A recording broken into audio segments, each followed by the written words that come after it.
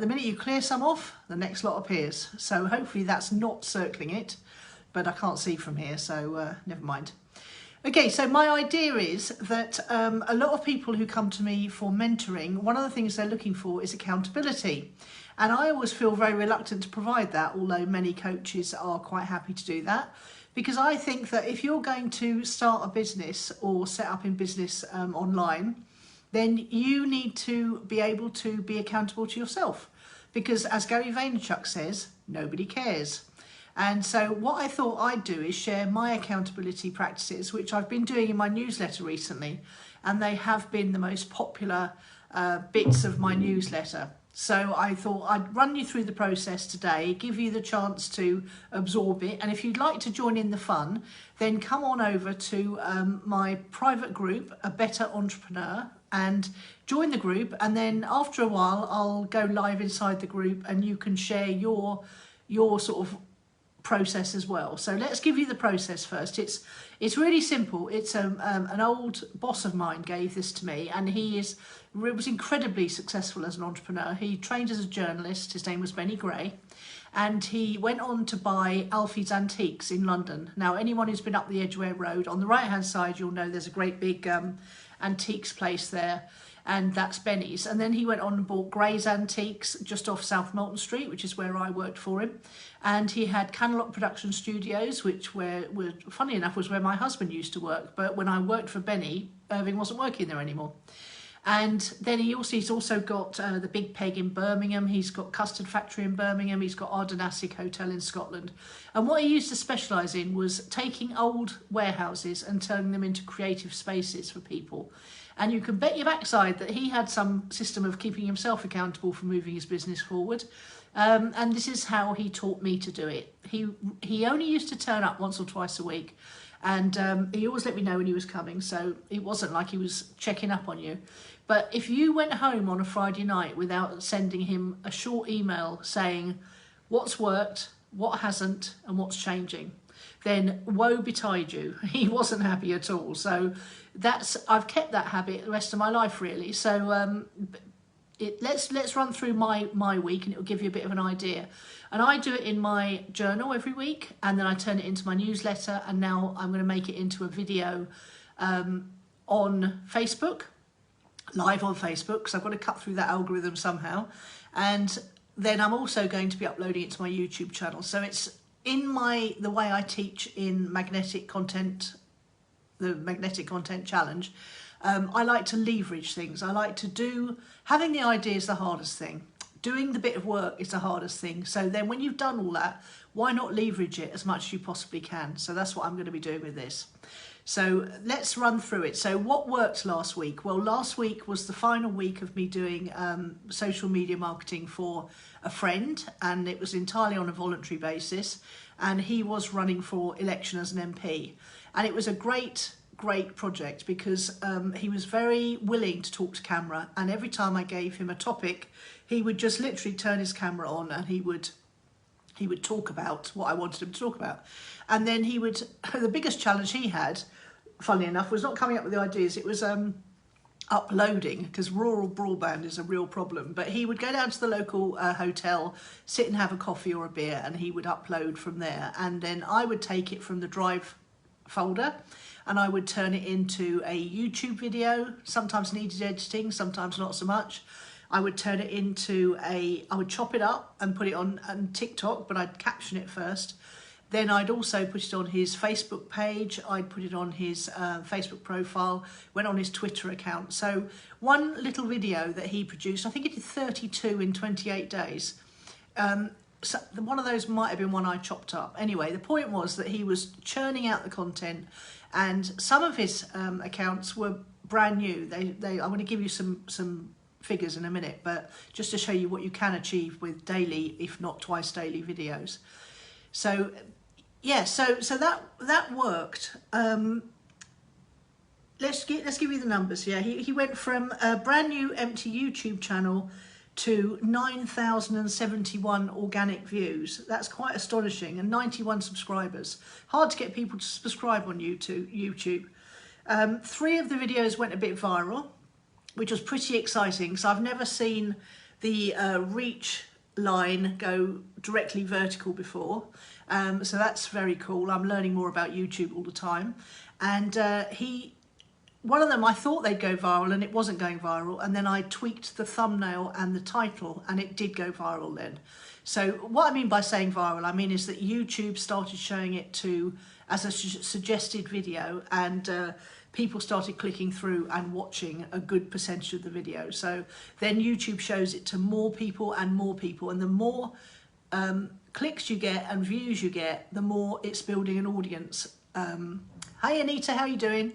So the more you're building an audience and the more people YouTube will show your video to. So if you've got some videos that you think should have done better, a good thing to do would be to go back and change the thumbnail and tweak the title.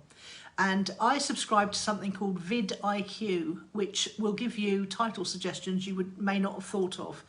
And with the thumbnail, it's a really good idea not to repeat what you're calling, don't repeat what you're calling your video on the title of the video in the thumbnail.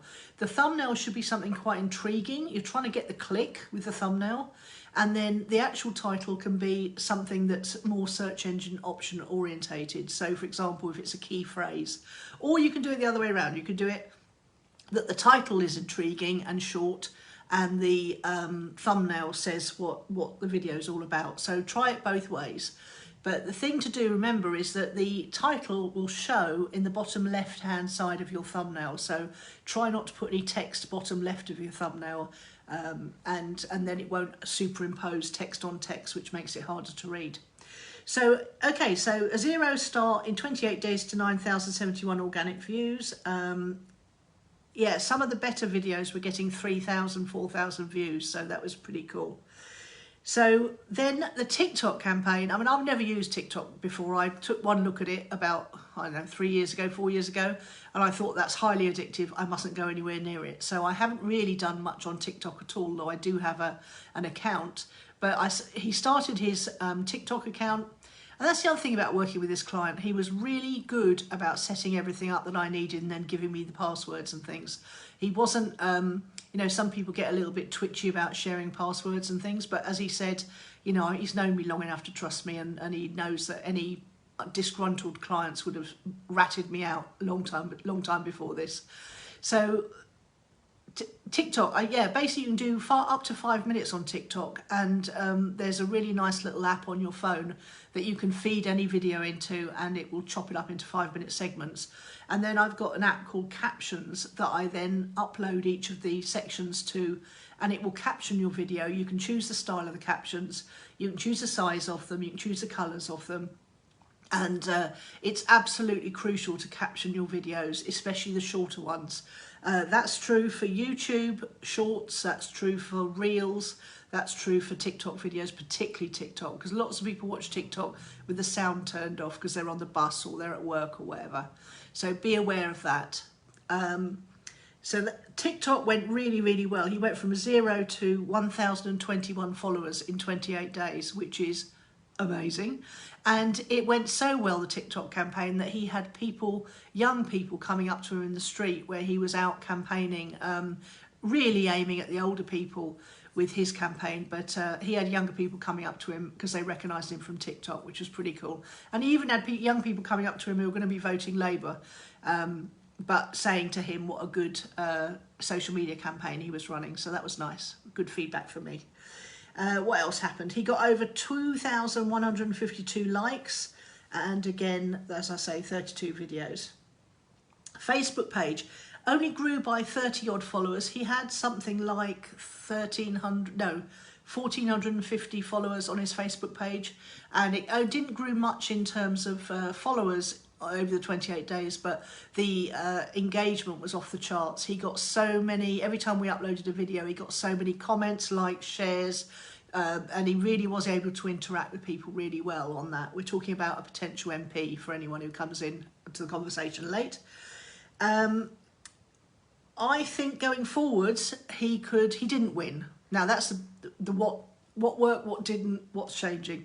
What didn't work was he didn't win, but he got 15,000 votes, and he's new to the area. and the incumbent MP has been there for hundreds of years, and the potential Labour MP is also well known in the area. So Matthew had only just moved there. He was starting from scratch, building out his network. He was a brand new person in the area, although he's got a B&B business, so he's getting to know people. But I think the whole campaign has done a really good job on getting him to know people, and he also was forced to go around all the villages to hand out leaflets and things. So he knows his area really well. He's made loads of great contacts.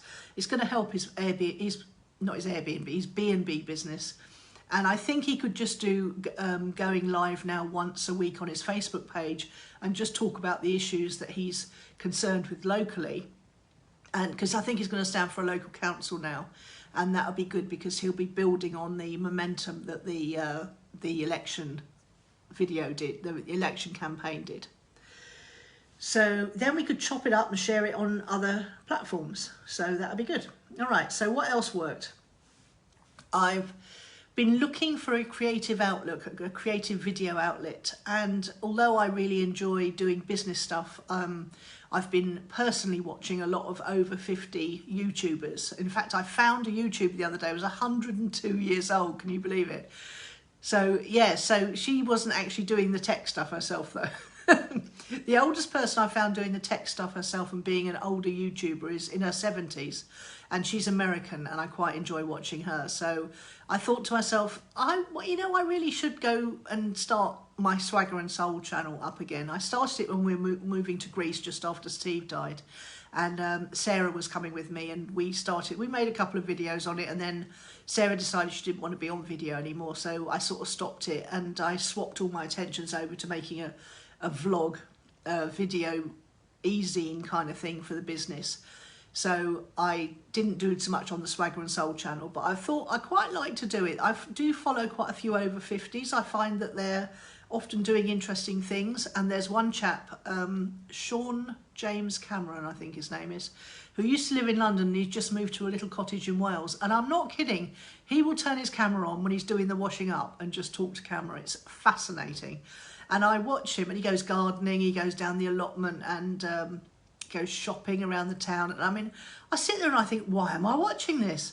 Because it's soothing me. When I finish work, and I've been doing quite a lot of challenging stuff, strategic marketing stuff, I really just want to be soothed, and for my brain to sort of come down off the 90 miles an hour pace it's been going. So I watch Sean, and I listen to him. I watch him unpack his shopping, doing his washing up, and I think, no offence, Sean, I think I could do something just as interesting as that, i.e. not very. So it's sort of taken away all the performance anxiety away from it. So that's what I'm doing. So I've got my Swagger and Soul channel. It's at Swagger and Soul, full word at. So Swagger and Soul. And come over there if you want to see me starting from scratch and trying to get a YouTube channel going. And I'll share what I learn along the way. So that worked, because I'm really enjoying that. Oh, the other thing that worked was I thought I needed an iPhone gimbal. And I didn't really want to spend the money on one, so I thought I'd give myself 3 weeks to see if I kept up the videos. And then I looked down beside my desk, and I saw these two gadgets down there, and I thought, well, that one looks awfully like an iPhone gimbal. So I picked it up, and lo and behold, it's actually, I'm using it at the moment today, and it is an iPhone gimbal cum tripod. So I don't have to spend 50 to 70 quid getting a new one. I'll work with this one. It doesn't do all the sexy stuff, but it does side to side. So if I'm walking, it sort of absorbs the shock. And if I sort of take it slightly off the vertical, it'll keep the phone horizontal. So it works that way. I think it's a one-axis gimbal. Anyway, too technical for me. But the hilarious thing was, my daughter came around yesterday and she said, well, didn't you know you had it? I said, well, I sort of forgot. It was a long time ago. And she said, how do you know how to use it? And I said, oh, not really. She said, you read the instructions? They're awfully small. I'll have to drag out my granny glasses for that. So we were puzzling it out yesterday afternoon, having quite a laugh at the same time. So that worked. What didn't work? Well, Matthew didn't win. And on a personal level, nothing didn't work for me last week.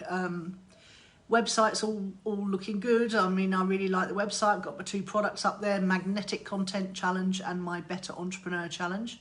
There's also a page for one-to-one mentoring, so people can find out how to work with me. So I'm in danger of making a sale, you know.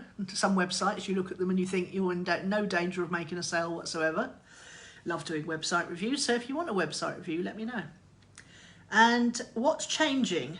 Well, the fact that I've got more free time now because Matthew's going into a holding pattern with his marketing means that I've got plenty of time to focus on my own, which is why I sat there this morning and thought, I cannot not do this any longer. I've got to do it. I've got to go live and I've got to bite the bullet and I've got to start creating content live because I do enjoy it and it does cut through the algorithm. So that's why I'm here. What else is changing? Well, as I say, I'm going to try and do it weekly. So if you like the idea of setting aside half an hour to sit and work on your business rather than in your business, as Michael E. Gerber says in the E-Myth, then do come along and watch out and like my profile, because I think it'll be on my personal profile for the next few weeks, and then I might, depending on the uptake, take it private into my free Facebook group, A Better Entrepreneur.